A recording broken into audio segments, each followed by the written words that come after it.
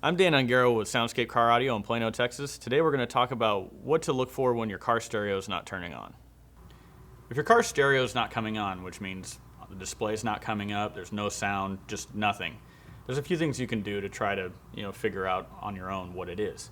The first thing it's going to be power related most likely. So the first thing you want to do is check your fuses. This is one of the few times that it's okay to use a test light. It's cheaper than a voltmeter, and you can go through and test all your fuses. Don't use this on anything else other than fuses. You don't want to go blowing airbags and stuff like that. If you're not sure where all your fuses are, look at your owner's manual. There's sometimes more than one place where you're going to have different fuse blocks, and sometimes it's worth checking just all the fuses, no matter what it's for. Sometimes there's different circuits that things go through, so it'll save you some time if you just check all that. If you check all the fuses and they're totally fine, if you're able to, you can pull out the radio, and this is where, when you test, you want to use a voltmeter.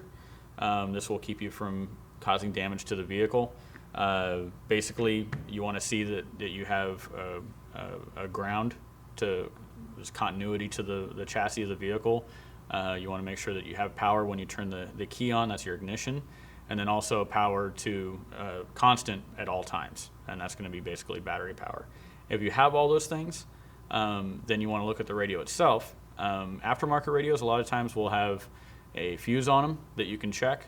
A lot of times if that fuse is blown, then there's probably something wrong with the radio.